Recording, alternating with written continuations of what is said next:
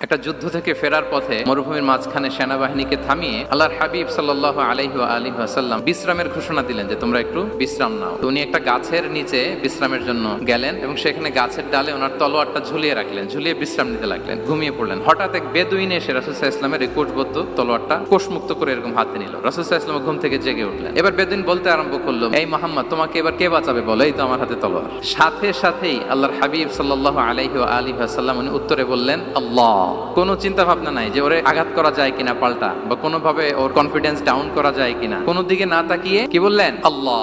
সব সময় তিনি আল্লাহ কেন্দ্রিক ছিলেন। গারে সাউরে যখন আল্লাহ রাসূল সাল্লাল্লাহু আলাইহি ওয়াসাল্লাম এবং আবু বকর রাদিয়াল্লাহু তাআলা আনহু ওনারা আশ্রয় নিয়েছিলেন রাত্রিবেলায়, কুরাইশরা যখন খুঁজতেছিল, আবু বকর রাদিয়াল্লাহু তাআলা আনহু বলেন যে কুরাইশদের পা দেখা যাচ্ছে, ওরা যে হেঁটে যাচ্ছে, একটু উকি মারলেই আমাদেরকে দেখা যায়। রাসূল সাল্লাল্লাহু আলাইহি ওয়াসাল্লাম আবু বকর রাদিয়াল্লাহু তাআলা আনহুকে বলেন যে আবু বকর, চিন্তা করো না, লা তাহসান ইন্নাল্লাহা মা'ানা। আবু বকর, চিন্তা করো না, আল্লাহ আমাদের সাথে আছেন। সুবহানাল্লাহ।